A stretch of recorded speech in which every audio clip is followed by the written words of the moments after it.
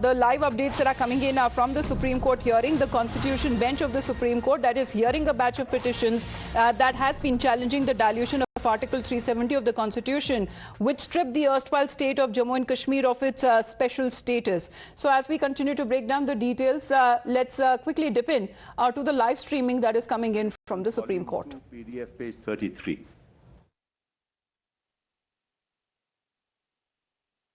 We were reluctant students, but your lordships ensured that we become disciplined students.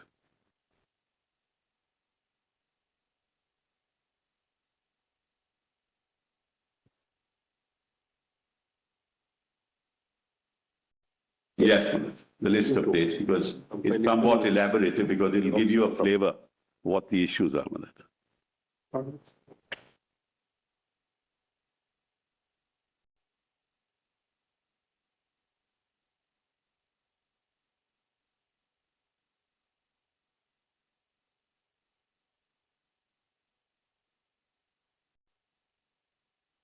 May I move? Yes.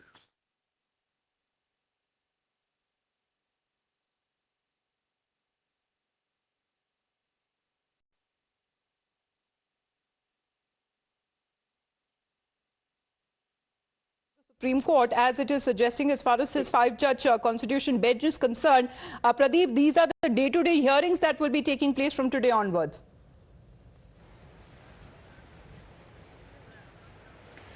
Yes, it's going to be a big day because it's going to be a day-to-day hearing, because this case had been lying dormant ever since the last listing in 2020, and it has been more than 3 years. And finally, the five-bench judge is going to hear this petition. There are about 23 petitions, 25 petitions had already been clubbed. And besides this, an intervention plea has also been filed by the Kashmiri Pandit organization, because they had been saying that Article 370 was only a kind of a stonewall that had been preventing psychological integration of Jammu and Kashmir, and because of which we saw that separatist organization grew, and they had to face lot many problems. So their story need also to be heard. But so far as the petitioners are concerned, their argument is that abrogation of Article 370 was unconstitutional and illegal, because they were saying that there was no constituent assembly. At that point of time, it was only governor. So there was no concurrence. But so far as the government is concerned, the government has already presented an affidavit, though that affidavit was not entertained by Supreme Court, saying that because they are looking at the constitutionality and the legality, and this has no legal bearing. So they did not entertain that affidavit that was filed by the government. In that affidavit,